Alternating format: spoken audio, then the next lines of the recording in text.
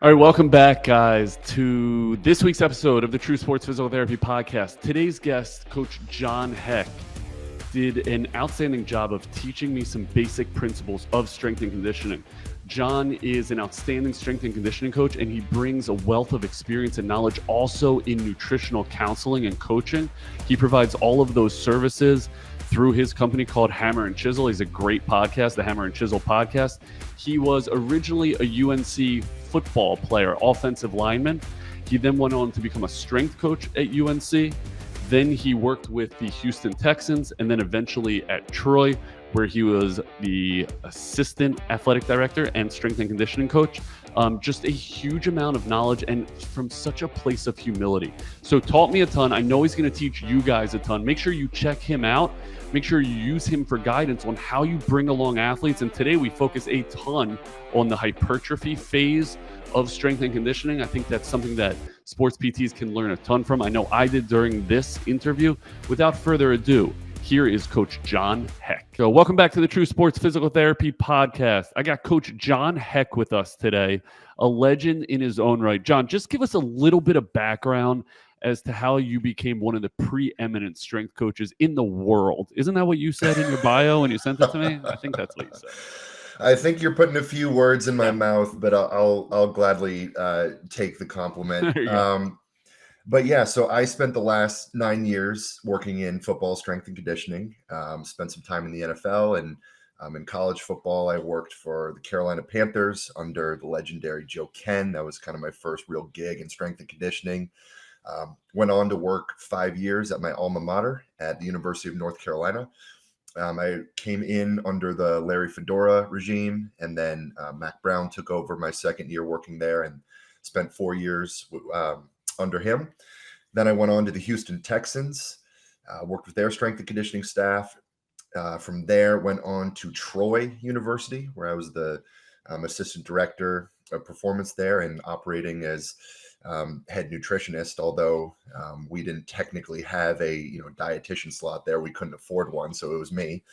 And then after that, I made the decision to step away from the football setting, and I've launched my coaching business full time. I've had this coaching business operating in the background since 2017. Wow. But I ultimately decided to take it full time. I've got a wide variety of clients and athletes I work with. I do nutrition coaching and I do training programming. I work with football players, fighters, endurance athletes, general population folks, and then a lot of strongman competitors and powerlifters and bodybuilders as well. Awesome. Okay, so all of that makes you an awesome guest. And here's where I want to start. I want to start in this hypertrophy world because I think as a profession, it's something that we struggle with. And it's such a big piece of getting athletes back from injury is they go down with an ACL or some type of knee. And then it's about like, how do we pack size on, let's say just with quad, how do we do that? And how do we do it efficiently? How do we do it safely? So let me pose that to you.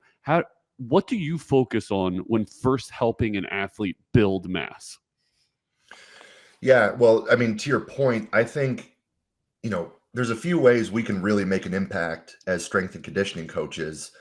And I think in today's day and age, sometimes people lose sight of the most basic and arguably one of the most important ways we can help develop these kids. And that's with a hypertrophy focus, right? I mean, just increasing lean mass, it's going to make them more durable.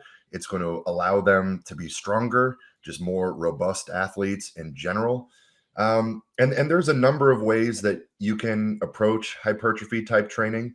I think with at least in the college sector, with those young guys who are coming in, they need that badly. Yeah. Especially if you're dealing with guys playing on the line of scrimmage. I mean, that's a grown man's position. And when you're coming in as an 18-year-old kid, hell, I mean, even when you're 21, Yep. That is an area of development that needs addressing. Now, when you get to the NFL level and you're dealing with a 10th year veteran, that's not necessarily the type of guy where you're really putting in a ton of hypertrophy focus. Although I would keep some, component of hypertrophy training in the program almost year round, but especially with younger guys in the college setting, taking some time to slow cook them, especially if they've got the opportunity to redshirt, and just really allocating some time dedicated towards it, because real hypertrophy takes time. Yeah. Building muscle tissue is a slow process. And if you just limit it to a single 4-week block, you're really not moving the needle as much as you think you are, or as much as you should be. So I think really building in true time dedicated towards it, and then, even in season, at least keeping some component of it in the program, even if it becomes more of a secondary focus, there should be some hypertrophy component year round.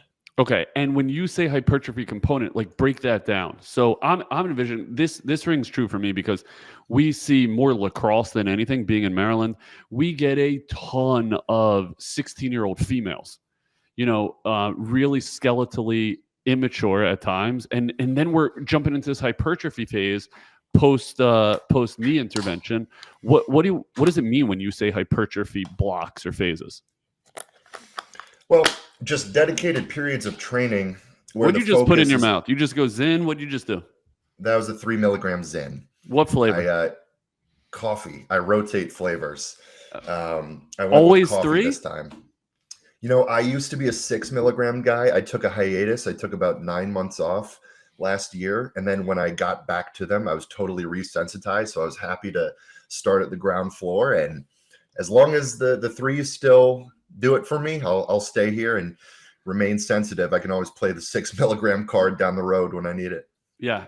I usually just go 6 for this conversation. I felt like I needed to be locked in. Okay, so tell me what you mean with hypertrophy. Like how many sets, how many reps, ideal exercises. Let's focus on post-op knee. Let's say I'm really trying to build mass in this athlete. Yeah, so I think exercise selection is probably the first thing I'm going to be looking at. I think a mistake that coaches make when they say that they're focusing on hypertrophy is they're using suboptimal exercises. I think you should use machines. I think that they are a highly underutilized tool for hypertrophy. I mean, who does hypertrophy better than the bodybuilders? Yep. And you look at the way they train, and it's all exercises that favor stability, right? A lot of machine work, a lot of cable work, some dumbbell work. You don't see a whole lot of bodybuilders barbell back squatting or flat barbell bench pressing. And there's merit behind the machine work because it allows you, again, it takes out any stability component. So let's say we're trying to add tissue to the quad. Well, a lot of times a strength and conditioning coach, they're just kind of default mass builder, quote unquote, for legs is going to be squatting or some variation of squatting. And when you're doing a barbell back squat, well, now you're bringing into play the erectors, the glutes, the adductors. You're having to stabilize the bar. And chances are one of those other muscle groups is going to fail before your quads, right? You see guys start to compensate. They get the high hipped kind of good morning squat. And suddenly it's no longer a quad exercise. And really, it was never a great quad exercise to begin with. So using something like, a Smith machine squat or a hack squat or a pendulum squat or a leg extension, these are all examples where you can really put the tension truly on the quad. You're not bringing in many other muscle groups into the equation, and you can really push the target tissue now closer to failure. And that's really where the magic seems to lie for hypertrophy is reps to or close to failure. Let's say you're doing, I think too often strength coaches, they approach hypertrophy with tons of volume, lots and lots of submaximal volume, right? The 4 sets of 12, the 4 sets of 15 type prescriptions. And when you look at the research, the reps that are kind of within 2, 3, 4 reps proximity to failure, those are really the effective growth stimulating reps. So let's say you're doing a set of 12 and the set doesn't truly get difficult until reps, 10, 11, and 12.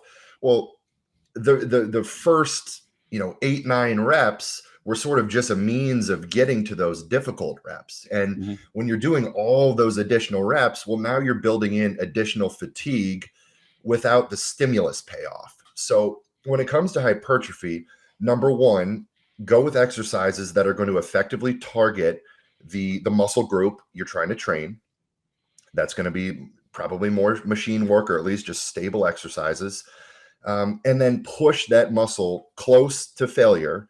And I tend to go with, moderate and sometimes even lower volume prescriptions. So, that might be for quads, that might just be on one exercise, 2 really hard working sets in the, 6 to 8 rep range, where we're really pushing it to failure, or at least 1 rep shy of failure. And then the other thing that's got to be present within the program is objective progressive overload, right? So let's say you're doing a hack squat. Week 1, you do 2 sets of 8. You take both sets to a 1 RIR, 1 rep in reserve. So it's a hard set. You're straining for that set.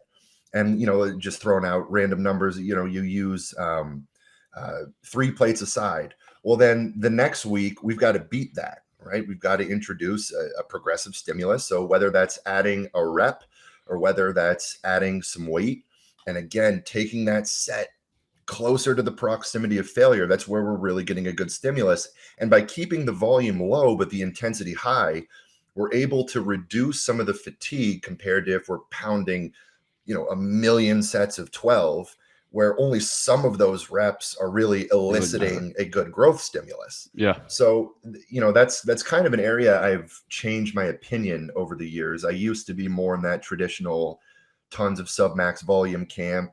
But now, having gone through many bodybuilding phases myself, worked with many bodybuilding clients and incorporated what I've learned with athletes, I've really started leaning towards more of a low to moderate, high intensity approach to hypertrophy training. Yeah, and that's such a valuable answer to our population, the sports PT, because first of all, we come out of school with this 3 sets of 10 crap, and the first thing you did was identify what is the goal of the given session. So I think like that has to be number 1. 2 Sure. is understanding what it is, and I love that you root it in literature. When does the growth actually happen? It happens closer to that set or that repetition of failure. And how do we get to that more rapidly? The way you do that is increase the intensity or increase the resistance.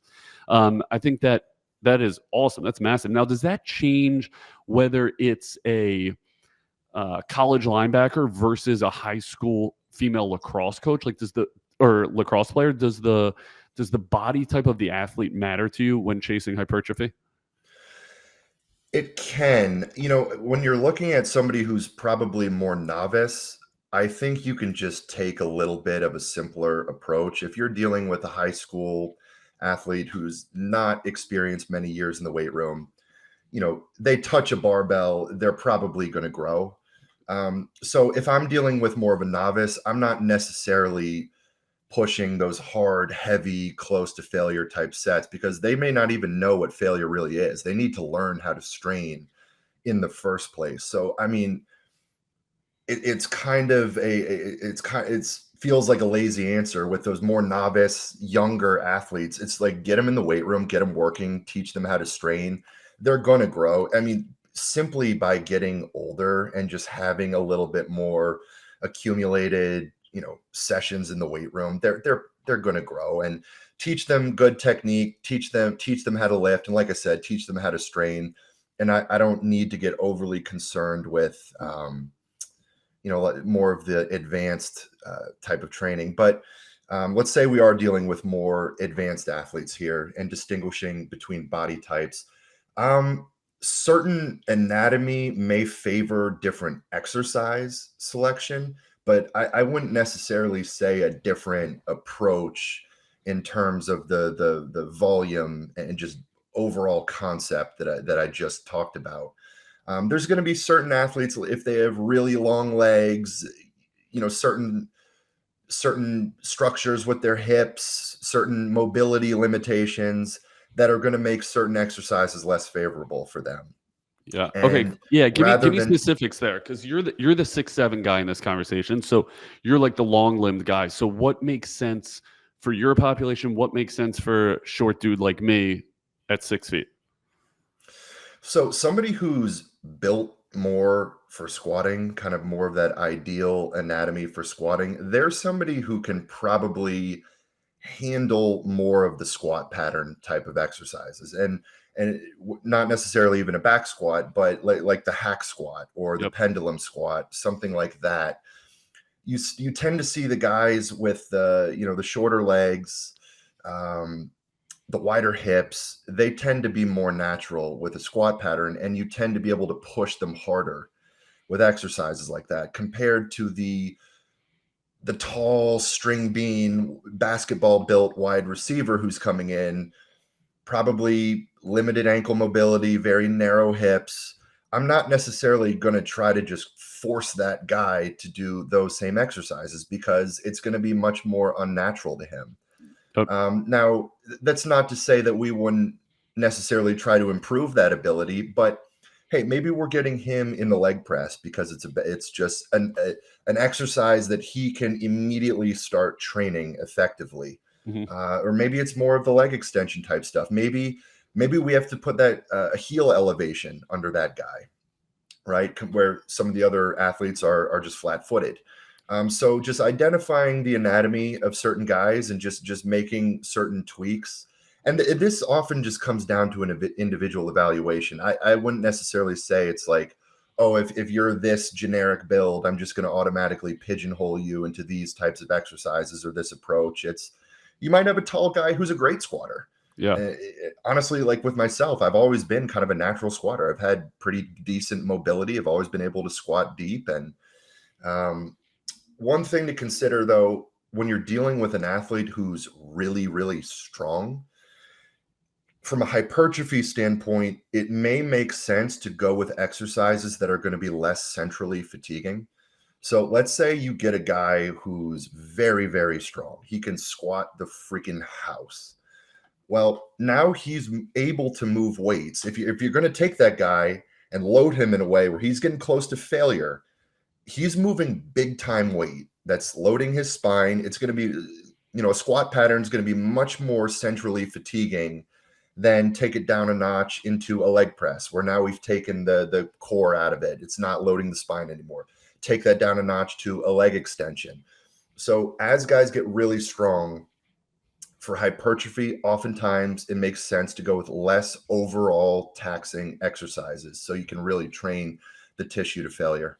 Yeah. Okay. So that makes a lot of sense. It also, I appreciate you saying this stuff because we flipped our head or our thought around this a little bit, whereas originally it was a whole bunch of functional movements, meaning squats, lunges, Bulgarians, stuff like that. And now we make sure that every single one of our clinics has a knee extension machine because we see more ACLs than anything because of exactly what you're saying. Like, what better way to isolate than put them in a super stable position? So I love that.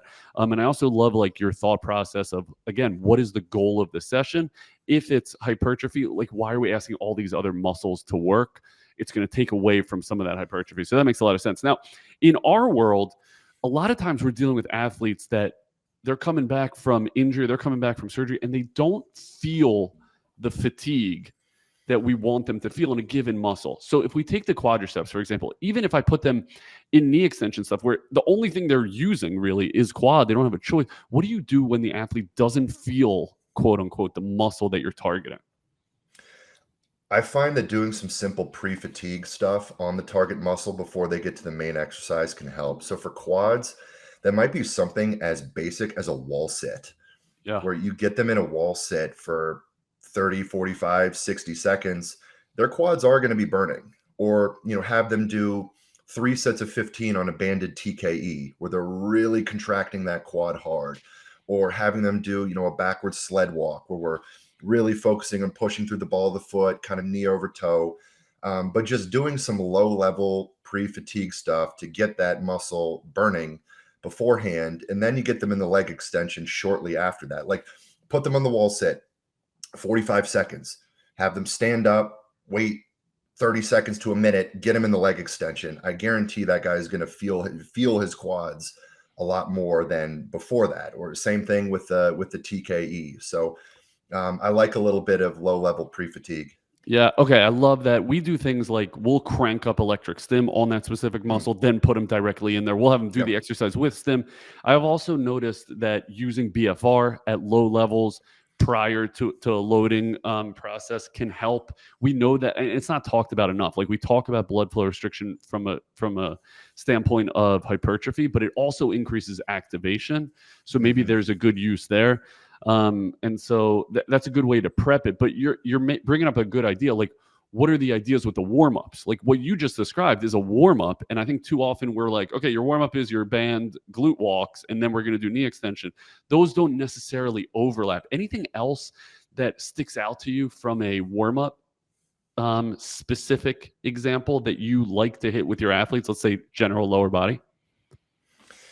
Yeah, just more in the same context that we're talking about, as far as helping them connect with a target muscle, or just general overall prep work. Yeah, I think general overall prep work. What are must-haves for you in a warm-up? Well, I'm very hesitant to ever say I truly have must-haves. Okay. But when it comes to a warm-up for lower body, I tend to like to start from the ground up. So starting with the foot and ankle. And that might start with, and I'm not always going to start with this. If we, let's say we've got all the time in the world to put together the quote unquote most optimal, comprehensive prep work possible, I might start with a short lacrosse ball smash on the bottom of the feet, and then get them doing some barefoot work. And that might be on a slant board, doing some calf raises, just doing some sort of loaded ankle mobility. Because I like I said, start from the ground up, then work your way up the kinetic chain. And things are going to tend to start at the ankle joint, especially if you're going into a lower body workout that, you're doing some sort of squatting, any type of squat pattern. We want to open up that ankle mobility. And I'm a big fan of loaded mobility. So start with the foot, go to the ankle. Like I said, do some, slant board work, big pause at the bottom, or we might even do some calf isometrics. Especially if sprints are in the program at that time, doing some Alex Natera type run specific isometrics. We might start the first couple weeks doing a straight leg calf raise isometric, ball the foot on a block and single leg, hold it for 30 seconds, body weight, couple rounds of that, then do a more of a bent knee variation, getting more in the soleus. Then a couple weeks later, progress to adding some dumbbell weight, shorten the time duration, and then finish off with overcoming isometrics, driving against an immovable object. So we might bring in some isometrics into play. And then once we've addressed the ankle, working up into the knee. And that might entail some of what I just mentioned. It might be some TKEs. I also like to incorporate some exercises that are going to kind of kill two birds with one stone, that are going to use some of that ankle mobility we just opened up and hit the knee, like a step down variation, where you're standing on a 4-inch block and you're keeping your heel flat to that block and pushing the knee over the toe, and you're starting to load that quad tissue, but also getting an active ankle mobility component in that. Yeah. Might be some backward sled walking. And then again, if we're doing the isometric work, we're going to be doing a knee specific isometric as well. I like the rear foot elevated split squat isos. First couple weeks, body weight, long duration, go to add some load, shorten the duration, then finish with overcoming isos. And then get up into the hips, and that might be some Copenhagen's, Copenhagen planks, some 90-90 hip series, get some glute activation going. That might be more isometric work, doing glute bridge isometrics. I like doing some single leg glute stuff, whether that's a single leg RDL or shoulders elevated single leg glute bridge, stuff like that. And then now we've hit foot, ankle, knee, hips, glutes, worked our way up the chain, hit a little bit of core as well. That might be some dead bugs, some front plank, side plank, and then we're good to go. Okay. So, and why do you go foot up versus hip down or core down? Because I think when you look at like a squat pattern, everything tends to start at the ankle. When you tend to see mechanical issues often, or you tend to see knee pain or hip pain or issues, it tends to be something lower down the chain where that issue started. So there's always just been something that sort of naturally appealed to me about let's start at the bottom where we connect with the ground. Start at the bottom of the chain where kind of everything initiates. We're generating force through the ground. Yeah. Right? Up into the knee, up through the hips, to the core, up into the bar. So let's start at the origin point and work our way up from there. And then also, you know, starting with some just foot and ankle work. It's kind of a progression of intensity almost. You know, you're doing your calf raises and stuff like that. It's all kind of low level. Okay, we're getting up to the knee stuff. We're cranking it up a notch. Now we're getting to the glute and the core work. Now we're really starting to get warm, starting to get hot here. And then get into the main lift. Okay, so that makes a lot of sense. Now I want to shift gears a little bit and get towards some nutrition. This is another world that PTs struggle mightily at. It's just not a big piece of our education, although the education is out there. If we're looking for hypertrophy, right? We got that 16-year-old lacrosse player. What are some basic rules that is important for us to impart to them, that if we're going to achieve hypertrophy, you need to be doing X, Y, Z nutrition-wise?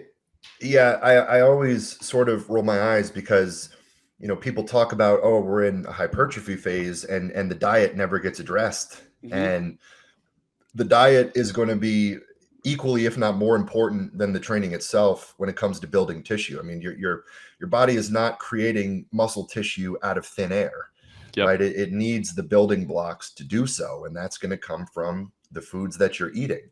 And you know, of course, we tend to lean towards a calorie surplus. Now, there's more and more research coming out that shows us that we don't necessarily need some massive surplus here to build muscle tissue. If you're progressing in training and you're, you know, a bit above maintenance calorically, you can build tissue. Now, I think people are going a little too far down that route and trying to get a little too deep in the weeds of trying to like dial in just barely above maintenance calories, stay as lean as possible while growing. I tend to go with, hey, let's start with a basic 500 calorie type of surplus. Now with nutrition, it gets a little bit tricky because you're talking about something that's all day, every day now, right? When it comes to training, you're talking an hour, 2 hours a day, 4 to 5 times a week. Whereas with nutrition, it's kind of an all day, everything. All day, everyday thing. And it's tied into psychology and family and culture and emotion and all these things. So there's lots of different levels that you can approach nutrition with in terms of how deep you're going with the intervention, right? You can go as deep as every single gram of food is tracked, or you can go as basic as, hey, let's just start trying to get in 4 meals a day and center each of those meals around a decent serving of protein. So what I'll usually have an athlete do is do a food journal for a few days and just, take 3 days out of the week, write down everything you eat and when you eat it. And let me take a look at it. And most people at any given point in time are eating right around maintenance, right? Most people are not actively gaining or losing weight. They tend to be maintaining. So we kind of take the average calorie intake of those few days, and we get a pretty decent little snapshot of what their maintenance calories look like. And now the move from there, it might be like, hey, let's find a way to add 500 calories to this. Or it may just be, hey, let's add this food or that food to this plan, or hey, let's substitute this for that. But I like to start with an athlete becoming aware of, okay, what is your intake actually look like? Because most athletes, they think they know, but then they write it all down for a few days and they're like, oh, I didn't realize that on this day I ate 4 meals, but on this day I ate 2. And on this day, there's a lot more. They realize they don't really know what they're doing. Yeah. And then from there, you can start to reshape their diet a little bit. But it's going to be crucial for growing, especially as you get more and more advanced. The nutrition has to be in place to support hypertrophy. And do we have a target for grams per body weight of protein? Yeah, I usually just go with the old generic 1 gram per pound of body weight. Now, again, research shows us that we probably don't need as much protein as previously believed to build muscle tissue. You'll see more recommendations that are closer to 1 gram of protein per pound of lean mass. Generally, I just stick with kind of the simple, play it safe, gram of protein per pound of body weight. And of course, if you're dealing with someone who's carrying tons and tons of body fat, this becomes a little bit different. If you're dealing with someone who's 350 pounds and severely overweight, They probably don't need 350 grams of protein to stimulate muscle tissue, but for the average athlete, the gram per pound is about what I go for. And then that gram per pound, is that to the weight, the target weight, or their current weight? Their current weight. Okay. And then, okay, so what about timing of meals and nutrition compared to lifting? Talk to me about that. Yeah, so the only timing, timing of meals is a distant second on the importance list compared to overall intake. The things that I look for with timing are, let's try not to go longer than about 4 hours without eating. Having amino acids in the system is helpful, right? And when we go longer than 4 hours, we tend to lose the blood serum amino acids. But research has also showed us that about 4 feedings of protein per day is probably going to get the most muscle protein synthesis you're going to get from a meal frequency standpoint. So when you see guys eating 6 or more meals a day, they're not necessarily moving the needle more in terms of muscle protein synthesis compared to if they just did 4 meals a day. And whether the meals are spaced out 2 hours, 3 hours, or 4 hours, it doesn't matter that much. Where I do tend to place value in the timing is going to be around the training window. So I try to get in a pre-workout meal 60 to 90 minutes before training. And I try to make this a high carb or relatively high carb and lower fat type of meal. I'm a big fan of intra-workout nutrition. I like to get in some easy digesting carbohydrates and hell, even possibly some essential amino acids and electrolytes intra-workout. Now, that's not always possible if you're an athlete in a team setting and there's rules on the weight room floor. You can't have a drink like that. But yeah. And then the post-workout meal, I try to get in a meal sometime, within 30 to 60 minutes post-training. Outside of that, I'm not overly concerned with the timing. What I do care about is you're not eating meals so close together that digestion is being disrupted, right? You eat one meal, then you eat a meal an hour later. Well, you're still digesting the first meal. Yeah. And then again, I recommend don't go longer than 4 hours without eating. Okay, so those are great guardrails. And just to highlight, you think it's imperative to get some large portion of your protein intake within that 30 to 60 minutes following a training session? Like, do we know that that's more impactful? No, I actually, like, if I'm writing a diet for someone, I keep the protein pretty evenly distributed throughout the day. I tend to put more of a focus around carbohydrates around the workout window. I'm I'm pretty simple with protein. Just go for that gram of protein per pound of body weight. Try to distribute it somewhat evenly throughout the day. When it comes to the timing and where we're going to consolidate more of our nutrition, I put a much bigger emphasis on carbohydrates. So the carbs pre, intra, and post workout. I'll tend to have more of a concentration of carbs around the training window and a lower concentration of fats there. Okay. And you said easily digestible carbohydrates. Give me some examples. Yeah. So pre-workout, I like to go with white rice and fruit. Like for myself, I'll do, if I'm getting 100 grams of protein pre-workout, I'll get 75 grams of carbs from white rice and then get the remaining 25 from fruit. I like pineapple, banana.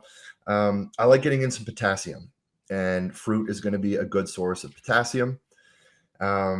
It's going to be just some, fructose, which is going to store as liver glycogen. The white rice is going to digest easily. It's not going to have you bloated. It's going to be light on your stomach. Intra workout, if we're going to have carbs in the equation, I love coconut water because it's a good natural sugar and it's loaded with potassium. I think one of the most overlooked components of performance nutrition is electrolyte intake, specifically potassium intake. You look at most people, they drastically underconsume potassium. And that's going to play, you get an athlete really hydrated and they've got their sodium, their potassium, and their fluid intake dialed in around training. There's no better of an acute performance enhancer than that. So like intra-workout, I love coconut water with some essential amino acids and add some sodium to it. There's another carbohydrate called highly branched cyclic dextrin that it absorbs right through the stomach lining and goes directly into the bloodstream. So that's a great one. But then you can also use something simple like a maltodextrin. There's a lot of carbohydrate intra-workout supplements that are maltodextrin based. And then at the low, if you can't get your hands on any of that, at least some Gatorade intra-workout would be decent. But Gatorade will tend to sit in the stomach more compared to some of the other carb sources I mentioned, and it's going to be more sodium based and lower potassium. And then post-workout, pretty similar to the pre-workout. I like getting in something that's going to digest easily on the stomach, where we can get in a bunch of carbs without getting bloated. Eating 100 grams of carbs from white rice is going to feel a lot different than getting 100 grams of carbs from potatoes or oatmeal, which is going to sit pretty darn heavy on your stomach. So around that workout window, I love white rice and I love fruit. Super excited to make this announcement. We took our virtual ACL course and we're doing that course in person here in Baltimore, Maryland, August 30th and 31st. That's going to be taught by ACL gurus, Dr. Tim Stone and Dr. Race Hauser. They put together an awesome 2-day curriculum that's August 30th and 31st here in Baltimore in one of our unbelievable clinics in Bear Hills, Maryland. You can register for this course on our website, on our Instagram. Just go ahead, check it out. It is unlike any other ACL course. It truly teaches you how to take your athlete from post-op day 0 all the way to return to sport. They're going to get that bigger, stronger, faster. And it's because it's in person, we're going to teach you exactly the way we teach our exercises, the ways to scale it, the ways to progress it, all the ways that help our athletes here at True Sports get back on the field. So make sure you sign up for that. Again, August 30th, 31st. Well worth it. It is unmatched in the arena of ACL rehab. I hope to see you guys there. Okay, so that makes a lot of sense. Then this begs the question, which I'm sure you get a ton. Talk to me about where supplements fit into this equation. How necessary are they, and what do you recommend? Yeah, I would be very hesitant to say any supplement is truly necessary. I think creatine monohydrate is undefeated. You're not going to beat creatine monohydrate when it comes to, legal over-the-counter supplements. And it is just tried and true, decades of research around it, and it does move the needle. So I always get in daily creatine, and timing of it is pretty irrelevant to me. We tend to absorb it better if we have carbohydrates with it. We get an insulin spike when we consume carbs, and that insulin is going to help shuttle the creatine into the muscle. I don't think there needs to be any loading phase for creatine. Just take a pretty typical 5-gram dose of it daily and keep it in. You don't need to cycle it. You can take it year round. Outside of that, why is 5 grams? Like, why is this supplement not predicated on how big you are? Like, why am I taking 5 grams? You're taking 5 grams. Doesn't make any sense. Yeah, no, it's a good point. And something that people actually don't realize is you get a ton of creatine naturally with a high protein diet. If you're eating a bunch of meat, which I'm probably eating a lot more meat than you are, just how much bigger I am than you, I'm getting a lot more dietary creatine. So even if you and I are drastically different sizes, me taking 5 grams daily is probably still going to saturate my creatine stores. With that said, 5 grams is sort of this generic dose that's been just studied heavily. Yeah. Now with a bigger athlete, you could go 10 grams of creatine, especially maybe if they're not getting quite as much meat in their diet. There probably would be value in going more of the 10-gram route. So, but even at a 5-gram dose, you see most people that does a pretty good job saturating the creatine stores. Okay. As long as they're taking it consistently. Yeah, that makes sense. Okay, so I mean, as a guy who wrote their senior dissertation on creatine supplementation 25 years ago, I'm thrilled to hear that that's number one on your list. Is there a close second? Is there anything else in your head where it's like, you're probably not getting enough of this in your diet, let's supplement it? Well, I like certain minerals and vitamins like vitamin D3. I tend to have people supplementing with. You see a lot of deficiency in vitamin D. You see a lot of deficiency in magnesium. So I like taking a magnesium supplement before bed, either a magnesium glycinate or magnesium bisglycinate. There's a bunch of different types of them, and some of them tend to have sort of like they can have sort of a laxative effect, whereas the glycinate or the bisglycinate, it tends to be easy on your stomach and actually supportive of sleep, which is why I put it pre-bedtime. But zinc is another one that people tend to be a little bit deficient in. I like supplementing with a good fish oil. I'm trying to think if there's anything, whey isolate. I'll oftentimes, if we're going to use a supplemental source of protein, I'll go with whey isolate. But outside of that, supplements have become pretty disinteresting to me. Yeah. Now, can you get that stuff can you get your zinc? Can you get your magnesium, vitamin D? Is that okay to take that in a multivitamin, or should that be separated out? I would prefer to separate it out. Most of the time, a multivitamin will have a vast array of different vitamins and minerals addressed within it, but just at a very, very low dose.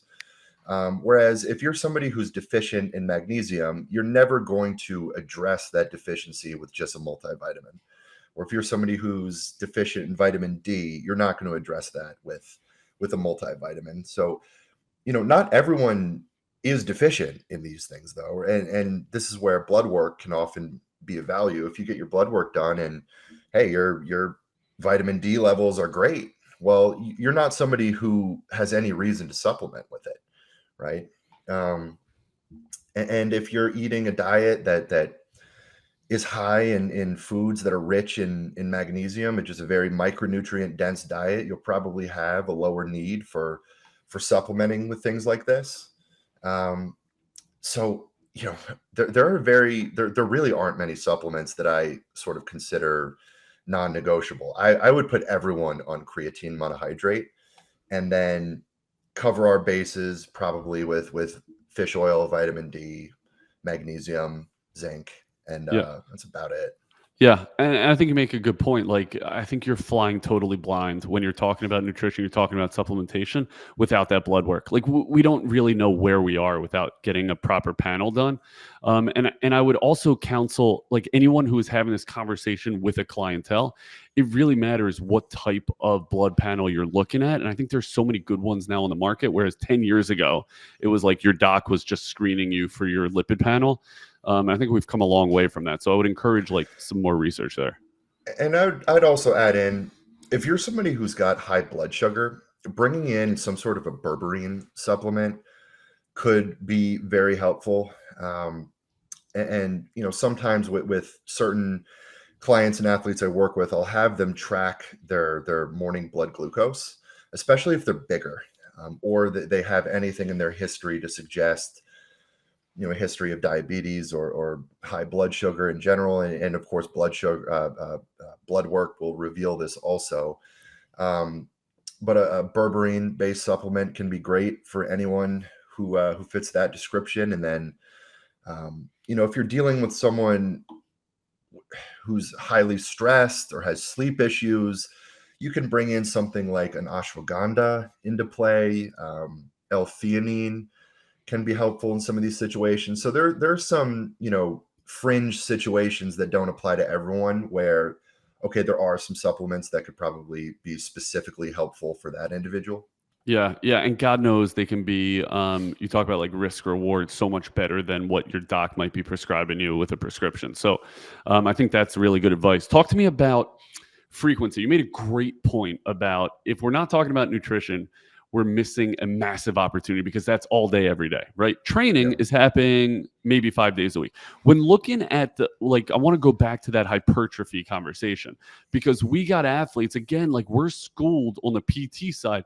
You're going to see your patient twice a week. You're going to see your patient 3 days a week. So if we're really trying to build muscle, how many times a week are you training for hypertrophy? Yeah. So again, going back to some of the research that's coming out, let's break it down into more total weekly sets per body part. If we're using more of that high intensity, low volume approach, about 9 to 12 working sets, defining a working set as a set that was taken to the edge of failure, about 9 to 12 sets per body part is really showing to be kind of the golden zone.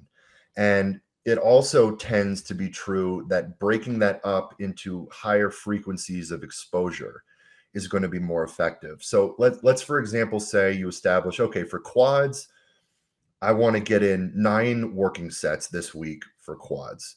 Well, if you do 9 working sets in just one quad session, after the first few sets, you're going to be so fatigued that the remaining sets are going to suffer now, right? You're not going to be producing as much force or getting as much of a stimulus in the subsequent sets. After every subsequent set, you become more and more fatigued. Your ability to produce force gets lower and lower and lower. So the stimulus reward also gets lower with each subsequent set that you do. So ideally, if you're getting in those 9 sets of quads per week, you might split that up into 3 days, 3 sets each. Now, scheduling wise, that's probably not always necessarily feasible. So at least breaking it up into 2 workouts per week, where you're hitting the quads twice a week and distributing that total weekly volume across those sessions. In session 1 on Monday, let's say we get 5 working sets of quads, 2 really hard sets in the hack squat, 2 really hard sets in the narrow stance leg press, 1 really hard set in the leg extension. Boom, 5 working sets for quads. And then we come back to it again on Thursday, and we're going to get our 4 remaining sets of quads in, and we might use, 4 sets of some different exercises this time. Yep. So generally, I like to try to hit each body part 2 times a week, trying to get in, like I said, around 9 to 12 sets weekly per body part. Dude, that's a great way to look at it. And I think that's something that PTs are missing, is like looking at it a little more macroscopically, or from like a periodization standpoint of like, what are our goals? What do we know to be the most impactful? If you're saying 9 to 12 sets, how do we break that up? I love that. That's a great reason to do 2 days. Or if you can get your patient in 3 days, great. Just take those sets and spread them out across that week. I think that's a great point. And then also varying the different types of exercises to achieve those sets. I love that. What if we totally switch gears and say, okay, my athlete is doing a lot of hypertrophy on their own, or they did it in one session, and like we're covering that base. What happens when we get to field work? Because you're not just a strength guy, right? You're a strength and conditioning guy. So now I got this linebacker, and we're doing field sessions as part of his rehab. How many days a week am I doing a field session? How do I, it's super easy to quantify your sets. How do I quantify a field day? And then how often do I want to hit that? Yeah, well, it depends on what phase of the year you're in. So, I mean, looking at kind of the year for a football player, when we're in the winter part of the season, or part of the off season, this is where we can really put hypertrophy work in the driver's seat, and we don't have to be as worried about conditioning. We don't have to be quite as worried about change of direction work and all that. It's not to say that we're not touching on those things.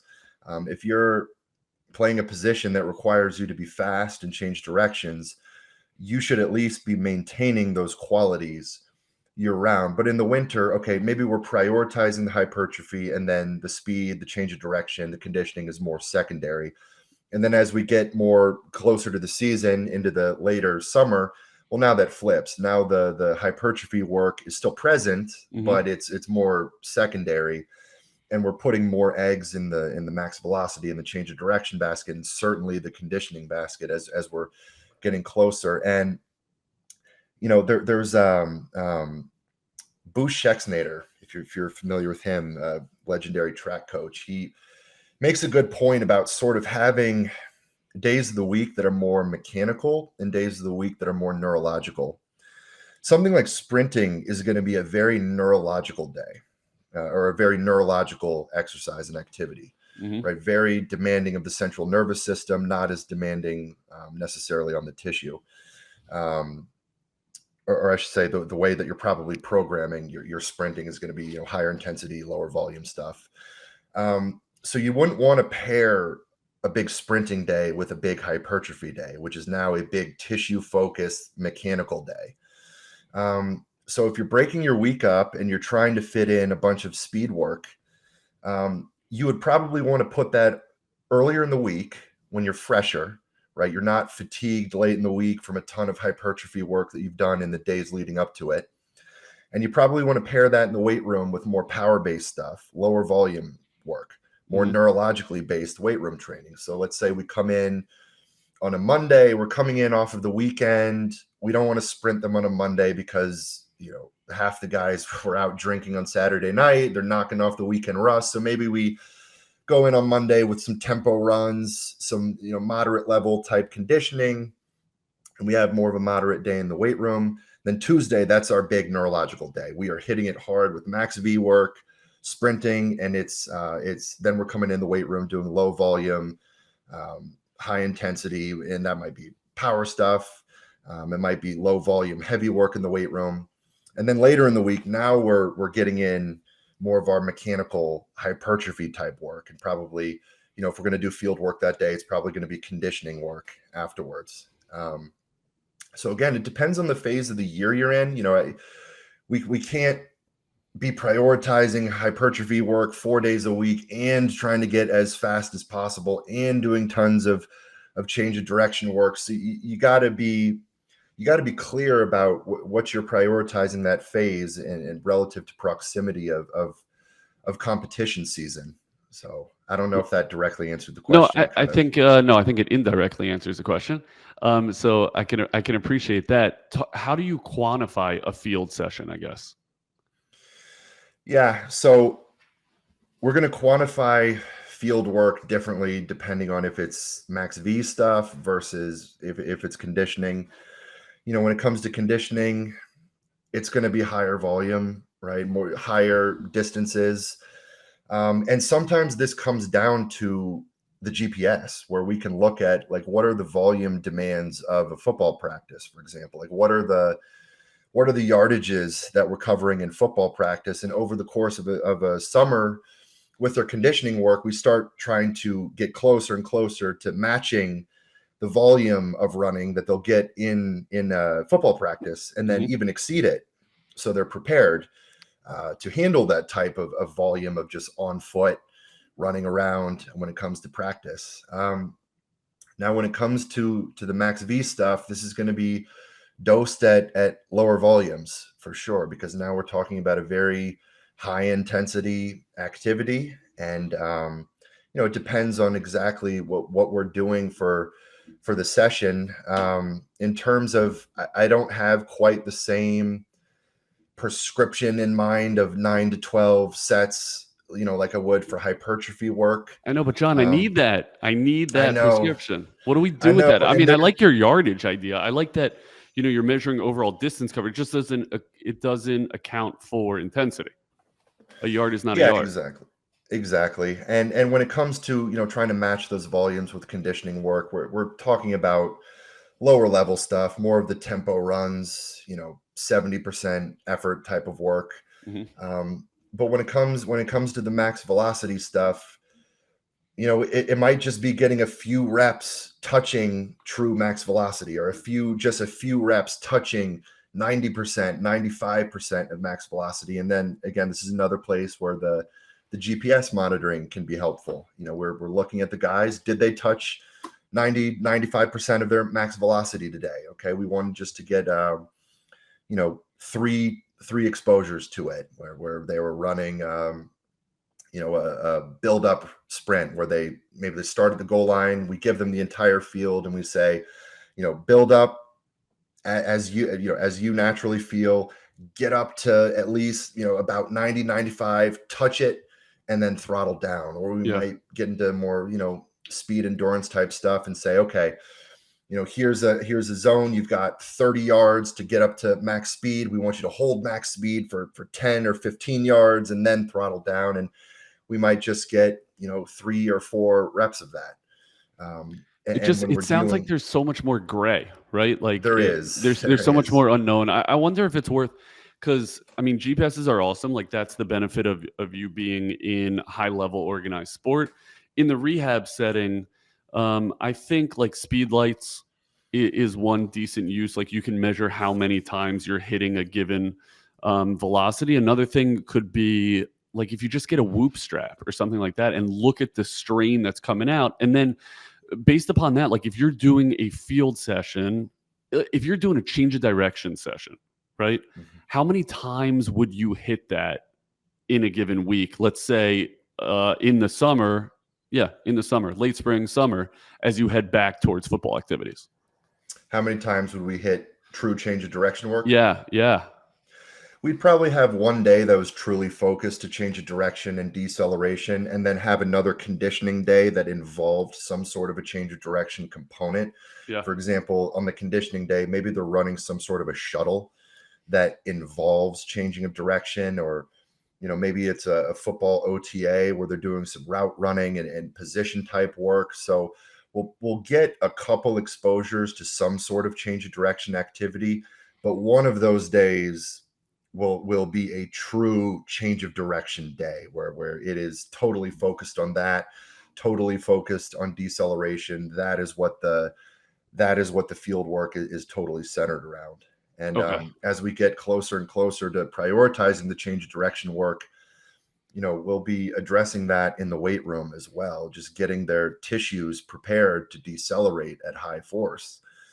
So that's going to be starting a progression with plyometrics, and that might be, this is where something like a triphasic approach in the weight room can be helpful. Like this is something that we would use with the Houston Texans as we began the off-season program. It would be a few weeks of heavy, slow eccentric work, followed by a few weeks of rapid eccentric into a rapid deceleration pause, into more dynamic effort type work. As we simultaneously started bringing up the intensity of their change of direction work on the field. Love that. Yeah. A guy named Ramsey Nijum, who I had on the pod, he's the head strength coach now at Kansas with basketball. Does a lot of that. I think it's a great way to kind of look at it and prep the tissue. There's so many different directions I want to cover. I'll give you a choice. Ready?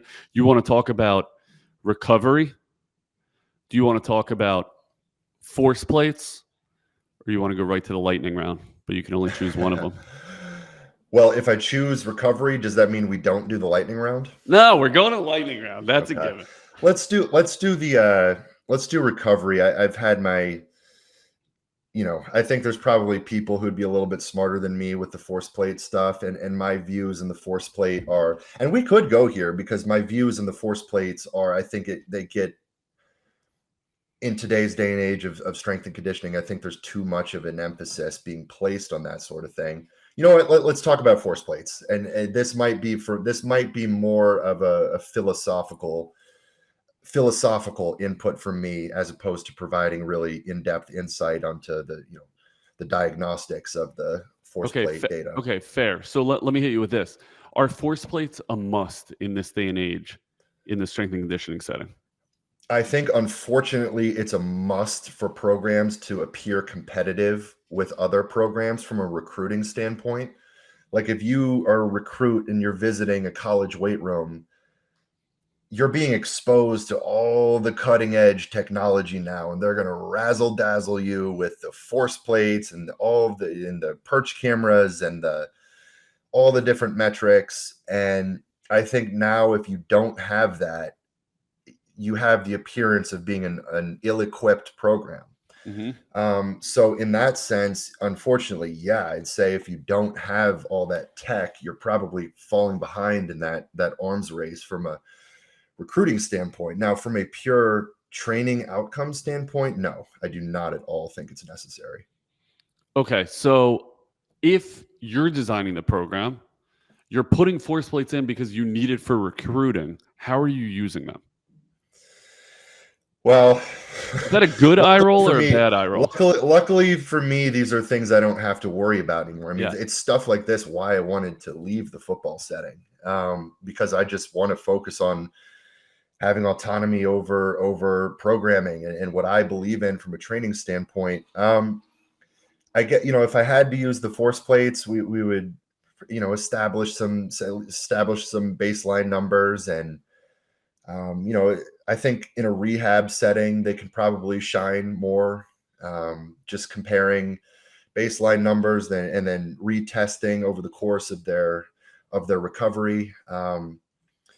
But like I said, I think that they're overused, and like, especially when they're used as sort of like a readiness thing, it turns out before force plates were invented, people were still training, and Yeah, they were. people were still getting stronger, and people were still getting faster, and people weren't getting catastrophically injured without the force plate data. And I think just knowing your athletes and having a coach's eye and just seeing, you can see when a guy comes in, like, okay, something's off with this dude, or you see in practice, okay, this guy just was worked like a dog in practice this week. Like, I don't think you always need a metric to establish that an athlete may be more fatigued than usual. And I think sometimes you get this paralysis through analysis when you're over analyzing these metrics, and it's guiding all of your training decisions, that sometimes you get away from actually training.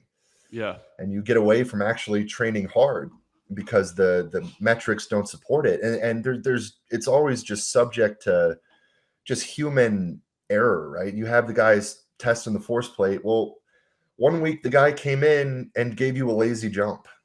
Or, if you're using the Nord board, a guy came in and, I don't know, his hamstring was kind of bugging him, so he didn't quite put in the same force outplate into the Nord board. Now you're looking at the data and your red flags are going off. And when there was no real problem to begin with. So it's always subject to errors like that. And then, you can risk planting a seed of doubt in the athlete's mind. They want to know the outcome of the force plate jump or whatever. And it's like, okay, well, you kind of regressed from, 2 weeks ago. And now they're in their head. They're like, what's going on? What's wrong with me? And it's like, there's nothing wrong with him.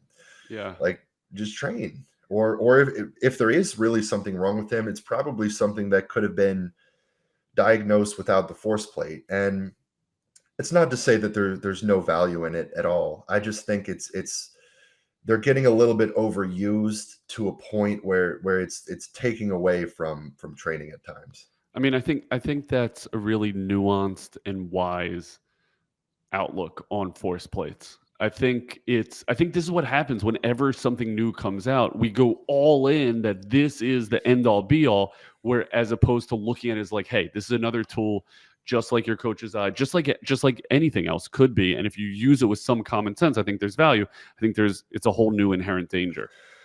And I can say this now because I don't work in football, so I'm allowed to say things like this without fear of repercussion. To be honest, I think sometimes strength and conditioning coaches need to prove their value.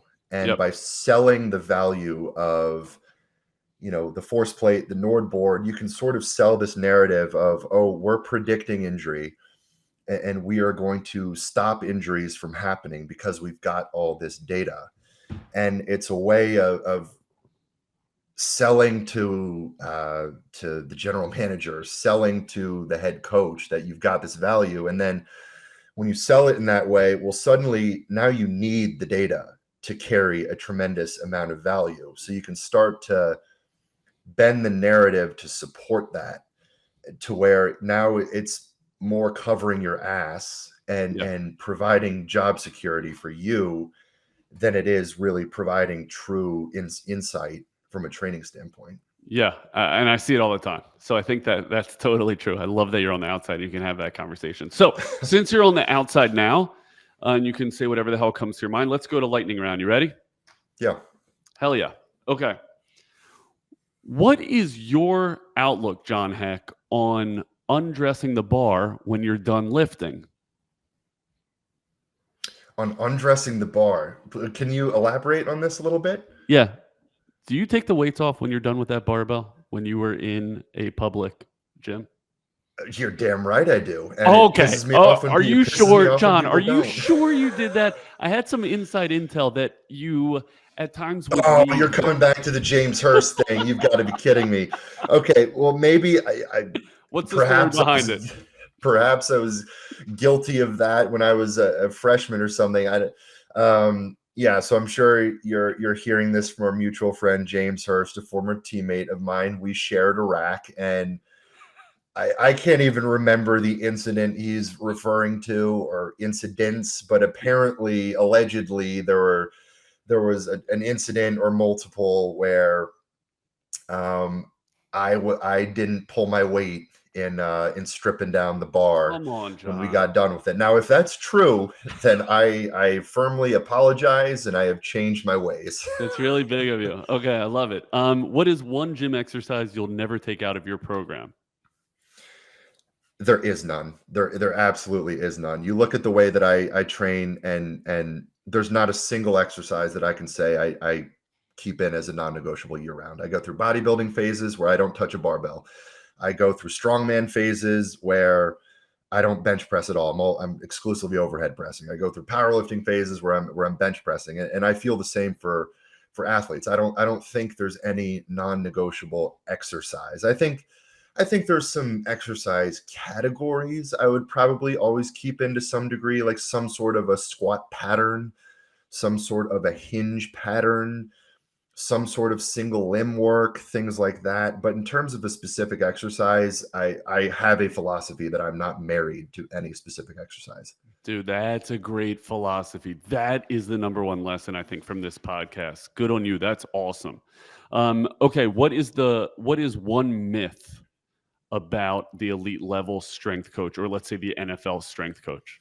What do people get wrong about you guys? From the outside? Yeah. Well, unfortunately, I think at the NFL level, the strength and conditioning coaches have a lower impact than at the college level. Because in the NFL, you might think this is where the highest level of training is occurring.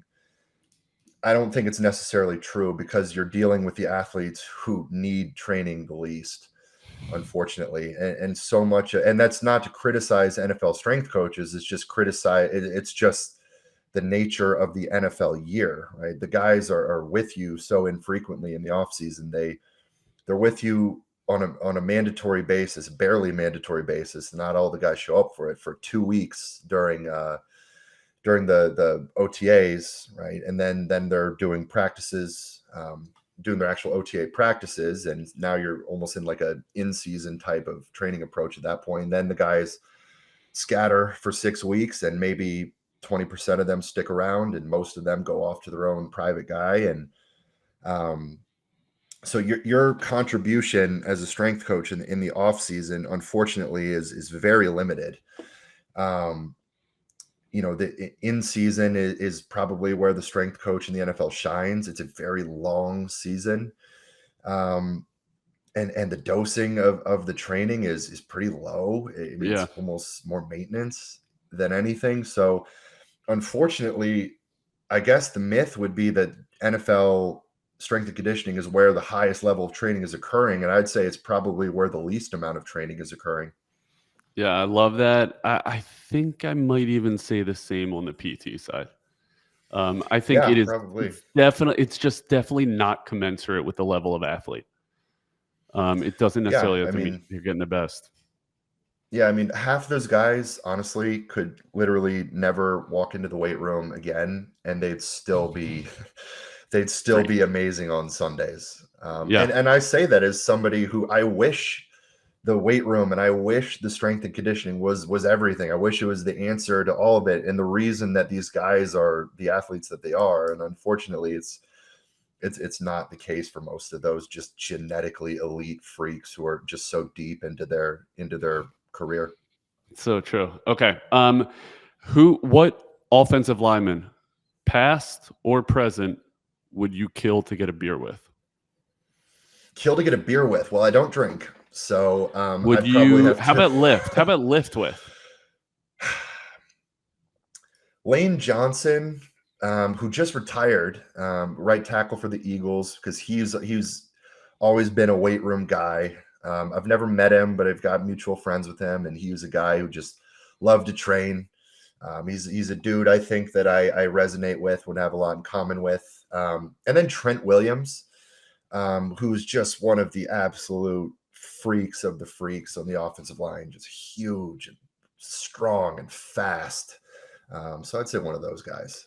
I think that gets lost on people. I mean, for whatever reason, I started treating a tremendous amount of offensive linemen. I don't know how that like became a niche in professional football.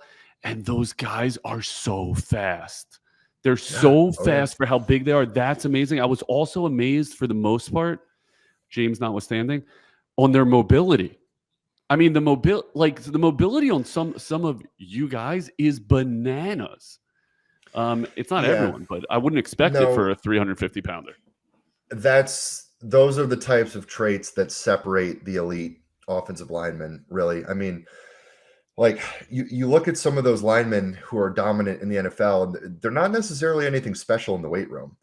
Now, a guy like Trent Williams, he's a freak and strong as hell. But a lot of those guys, you watch them lift, and they're not anything special. But the way they move, the way they bend, the leverage that they can play with, seeing them run in open space, their ability to change direction and track a defender, that's what separates them. There's a lot of big, strong offensive linemen in the world.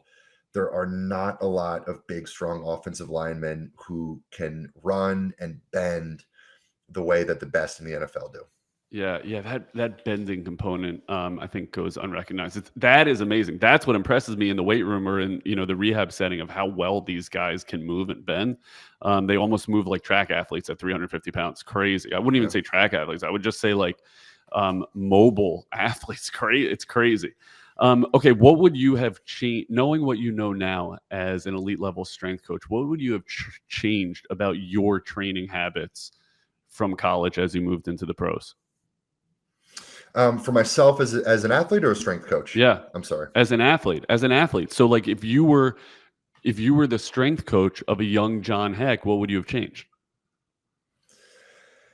I think I would have focused on nutrition at an earlier age than I did. I think I really, really transformed my body post football with nutrition. And I look back, I'm like, man, only I was doing this when I was 18, 19, 20 years old. I think that's a big component of it.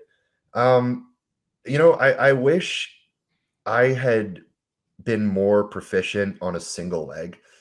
And like I was always, man, I loved bench and squat and deadlift and those things. But man, I look back and I was like, I was just weak as a kitten doing single leg work and things like that. And I wish I could go back and have a conversation with myself and say, listen, there's going to be lots of time post football to build a huge bench and a big squat and a big deadlift. Like, let's bring up your ability to do a rear foot elevated split squat. Like, let's bring up your ability to do a concentric pistol squat off of a box and your ability to do a Copenhagen plank and things like that. Those are probably going to go much further for you as an athlete and are your biggest weaknesses by far. Yeah, those are really great words of wisdom to close on for all the sports PTs listening. Like, identify your patient's weaknesses and see if you think they actually matter on the field, and then fill those gaps, and you'll be the best PT in the world. So, John, James Hurst, Q Willie, they were right, dude. You're a freaking pleasure and a wealth of knowledge. Thank you so much for your time. I really appreciate it. How can everyone find you? Tell us about your Instagram, which is bananas.